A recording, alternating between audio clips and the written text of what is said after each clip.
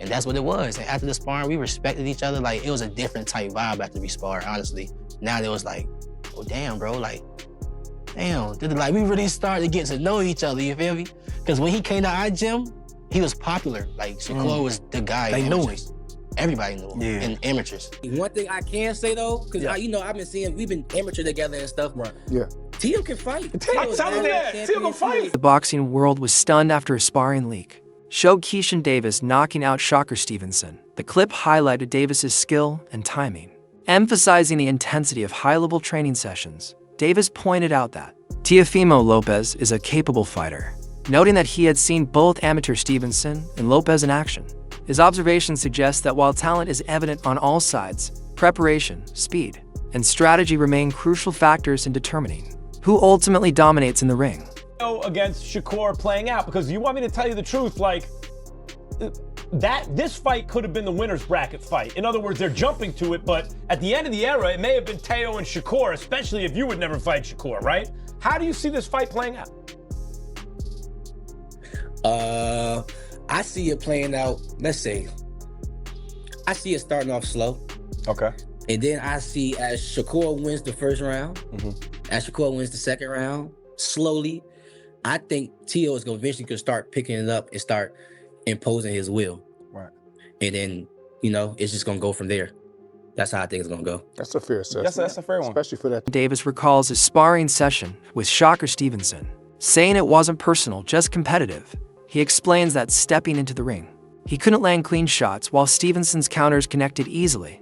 Despite this, he kept pressing forward, realizing that letting up could cost him. The intense exchange taught him respect for Stevenson's skill and reinforced the value of persistence and focus.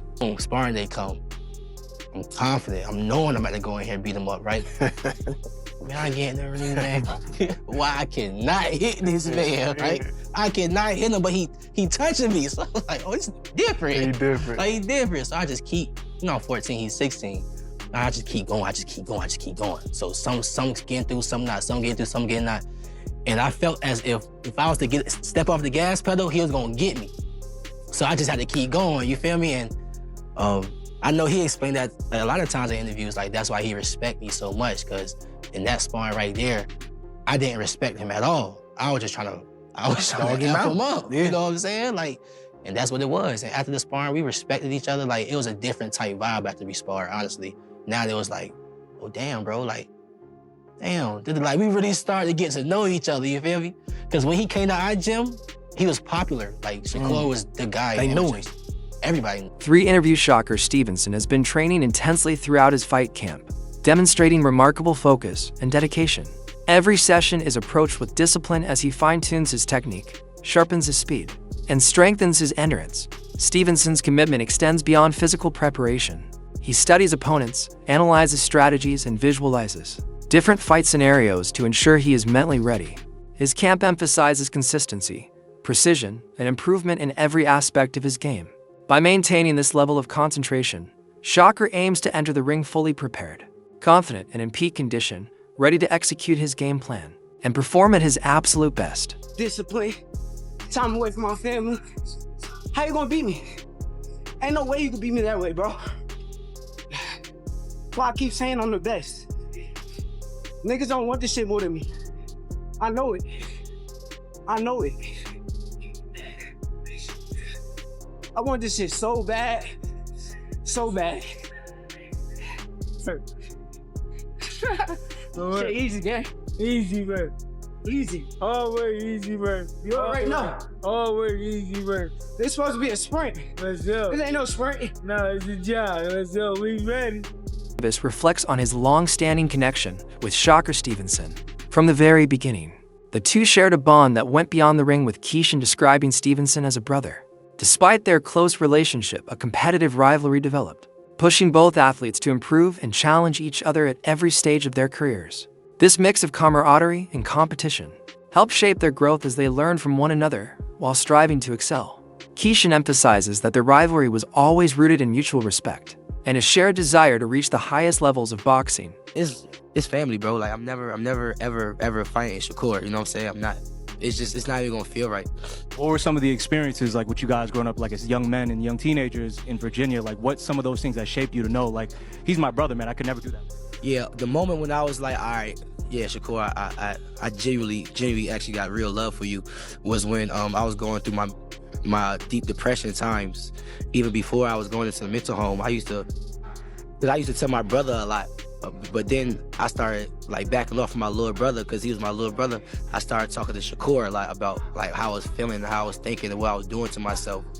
And Shakur was just giving me advice that I really like take in and like, damn, okay, I got you and stuff like that. And then I end up going to the mental home and, you know, like he calling me in there, checking up on me and stuff like that. I get out of the mental home, he pulling up on me, making sure I'm straight, making sure I get back in the gym, making sure I continue to do what I love. So he was The Ariel Helwani Show. Shakur Stevenson spoke candidly about his upcoming fight with Teofimo Lopez. Stevenson, a rising star known for his precision and intelligence in the ring, addressed critics who doubted his readiness or ability to challenge Lopez. He expressed unwavering confidence in his skills, explaining that Lopez has never encountered an opponent of his caliber. Stevenson emphasized that this fight would be unlike anything Lopez has faced, suggesting that his combination of speed, strategy, and adaptability would test Lopez in ways no previous opponent could. Shakur stressed that his focus remains on the challenge itself rather than the hype, demonstrating a mindset centered on preparation, execution, and the pursuit of greatness. His remarks reflected not only self-assurance, but also a deep understanding of the tactical demands required to succeed against a fighter of Lopez's power and reputation. Stevenson elaborated on the importance of staying true to his style. He noted that he does not intend to adjust merely to meet expectations or engage in unnecessary brawls. Instead, he plans to approach the fight methodically, controlling distance, timing, and pacing to exploit any openings Lopez presents by maintaining composure and applying his boxing intelligence. Stevenson intends to dictate the flow of the match from the opening bell. This approach highlights Stevenson's maturity as a fighter and his ability to prioritize strategy over emotion, demonstrating why he is considered Cool. I mean, that's their opinion. Like, you know, they could say that. But I know he never fought nobody on my level. Like, I'm 1,000,000% sure that Teo has never seen nobody as good as me in his life. He's talking about like once he gets through you, then he wants Crawford, names like that. How do you think he would do against someone like Terrence at this point? I think he gets knocked out. Can't even hang with him. Yeah, he's too little. Bud is too big for him. Right. As far as skills, though, do you think he's on par with the likes of Terrence? I'm not gonna say he's on the Terrence Crawford level of skills, but he's very skillful. He got a lot of things with him that puts him at a high level. One thing that was interesting to me was it seemed like you were going to move on from Matchroom, but now Eddie Hearn is involved in this, and this is a Matchroom event, it seems like. I know it's a ring card too, but he's promoting it here in the United States. So what is the state of your relationship with Eddie and Matchroom at this point? Eddie's my guy. I'm actually not signed to Matchroom, but he's my guy. I'm a big fan of Eddie Hearn, and nothing but respect to him, but I'm glad he's the promoter that's on this card. I'm glad to share the spotlight with his promotional company. So if he's your guy, how come you're not signed to Matchroom? I mean, it's just business. If it makes sense, then I will. You know, if it come down to it and that's what makes sense, then we'll do it. But right now, I don't think it makes sense. Okay, so are you just more of like your own man at this point? Your own entity? Yeah, I am. Okay. Do you negotiate with the ring people, with Turkey? You just do that yourself?